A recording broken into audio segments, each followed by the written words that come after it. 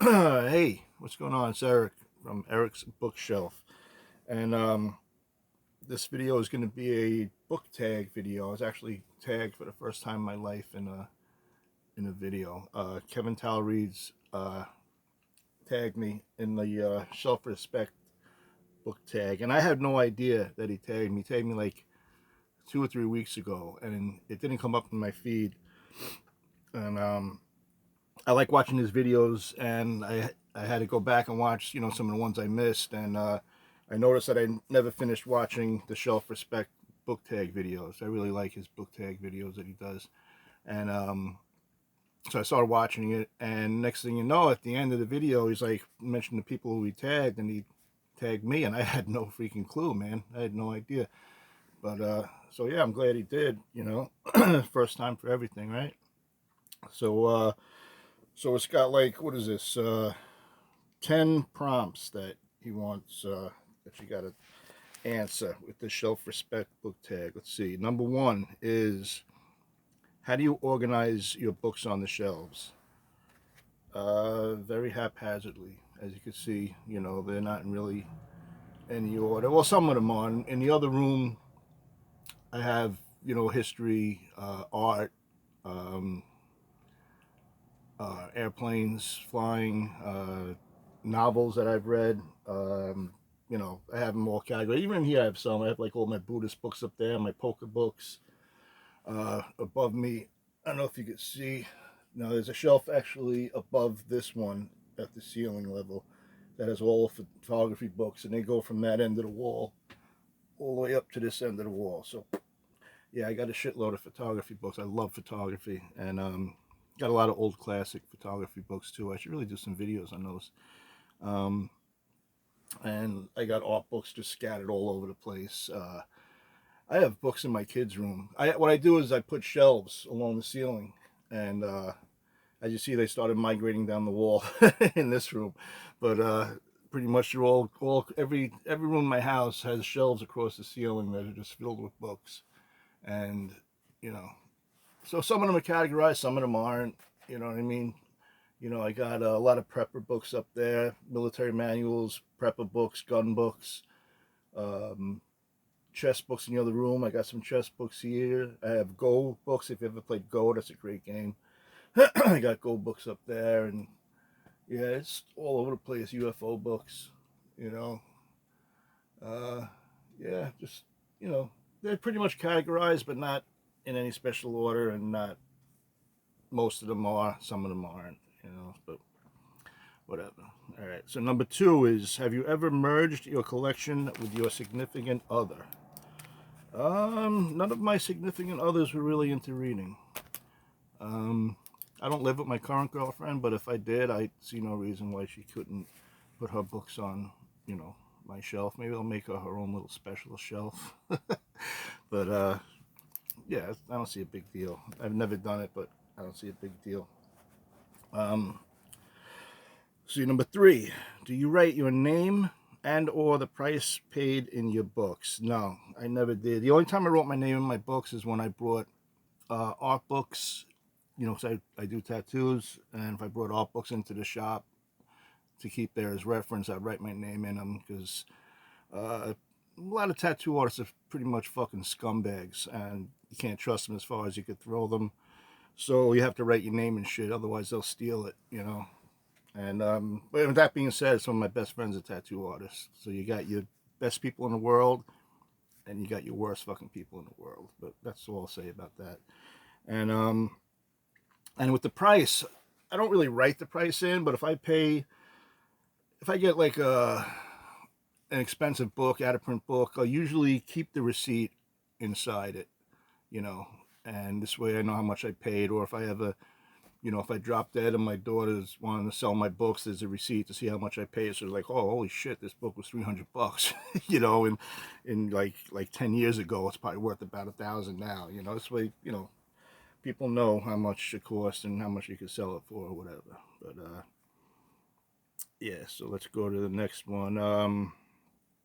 Do you keep all of the books you've read, or only the most cherished? Uh, probably the most cherished, I would say, because you know, if I read a book and it sucks, I'll get rid of it.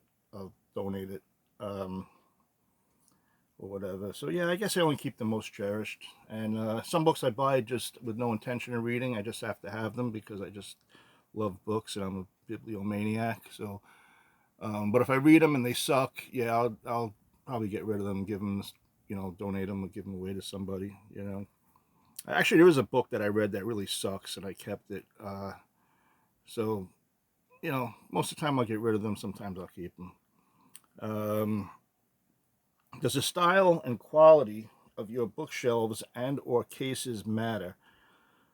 No, not really, because as you can see, my bookshelves are here. They're all just planks, basically half-inch by 8 or 10-inch planks that I have just screwed to the wall with, you know, shelving brackets. And the only bookshelf I have is really this one right behind me. I don't know if you can see it. Yeah, you can see it a little bit. It's a real piece of crap, but it holds books.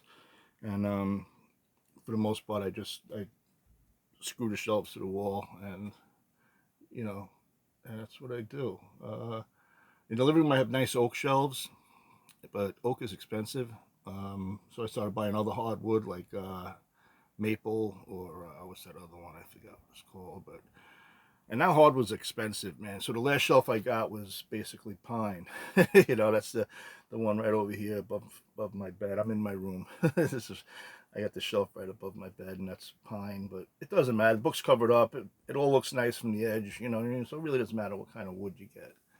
But yeah. So I mean, that's it for the shelves. Where is it? Where am I? Where am I? Oh, number 6. You have any gripes or complaints about bookcase construction? Yeah, I mean, cheap bookcases suck, but you know they serve their purpose. The shelves start to bend. You know what I mean? So I guess if you're gonna buy a bookcase, you buy a quality bookcase, but then they're expensive too. You know, that's why I just like screwing the shelves right to the wall. You know, it's you got to hit a beam. If you screw them in, you got to definitely hit a beam. And if you don't hit a beam, what I do is you know, I have the bracket, like the shelf brackets underneath, and try to find a beam.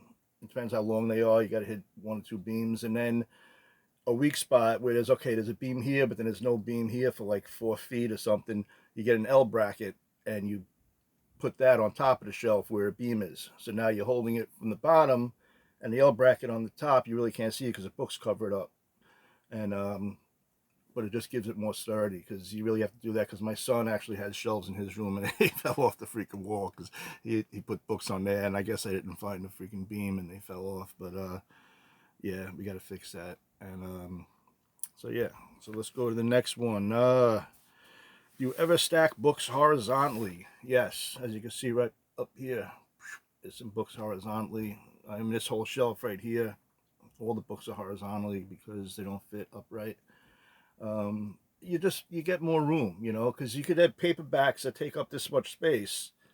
Okay, like the length that they take up is basically the height of a paperback, and now you have this much space on top. So if you lay them on the side, you have the same width it's taken up, and now you can put like twice as many, you know.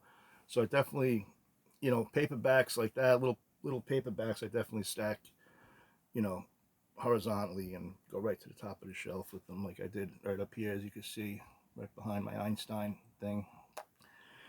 And let's see, what are your favorite jackets or covers? All right, so my favorite jackets, I got this one. Actually, I just got this not that long ago. Gentle Madness. It's basically about book collecting, but look at that. It looks like an old school book. You know, this is actually just the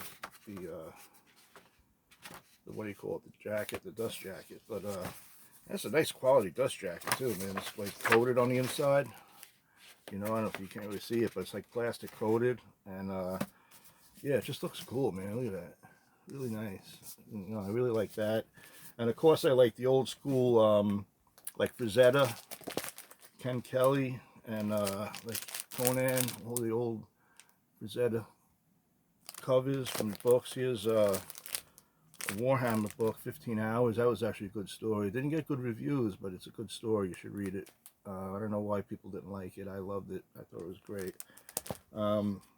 This one, an old book by Paul Anderson, Ralph Crackey's Saga. This painting was by, I love these old school paintings, man. Cover art, Darryl Sweet. So that's a good one. And I just got this one, Sledge versus Labyrinth. That's a cool cover, man. With a sledgehammer. That's fucking cool. And yeah, so any cover with, you know, old school Frazetta covers, a painting cover, and Ken Kelly. I used to know Ken Kelly. He actually passed away. He's a good guy. He was teaching me a little bit about oil painting, and he actually let me, you know, I should have been better prepared. He let me use a painting of his on a cover. Hold on.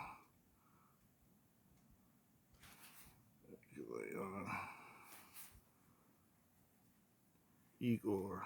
I wrote this short story called Igor, and I published it on Kindle. I should make like a soft cover for it though. But he had this robot painting in his living room, and that's cool, isn't it?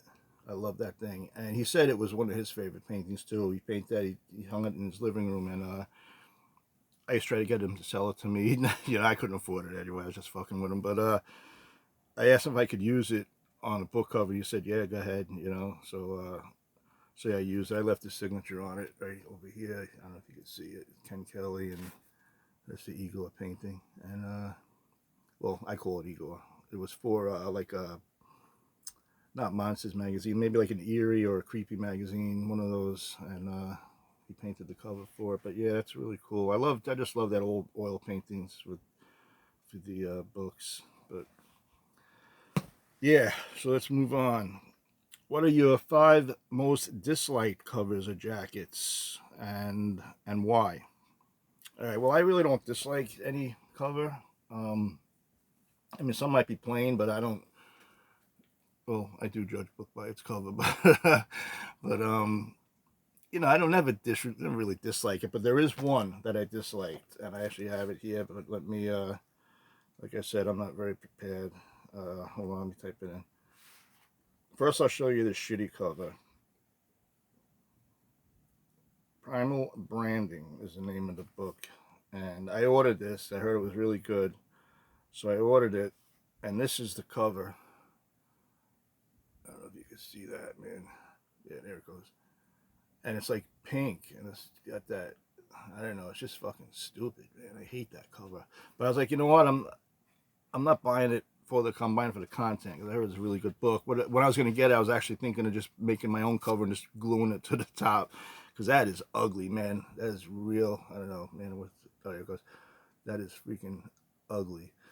And so I ordered that. When I got it, actually, this is what I got.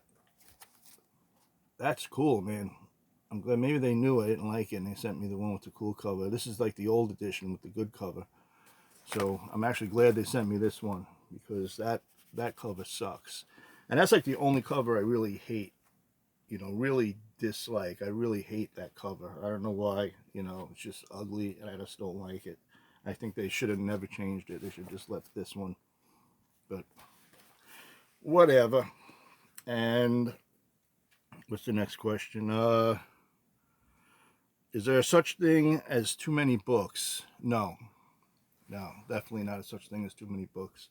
That's like saying you got too many guns. It's just, no, there's no such thing, you know. And you can never have enough books. You just keep buying books. Just like not having too many children. You can't have too many kids, man. Kids are great, books are great, and guns are great. And you can quote me on that. And I think that's it, man. That's it. That's all of it. And tag someone. So actually, I'm going to tag 4 people. I'm going to tag Working Man Reads, Excessive Detail, Crafts with Hannie, and The Active Mind. And those are I'm just going to tag those 4 people. And I guess that's about it, man. I'll talk to you later.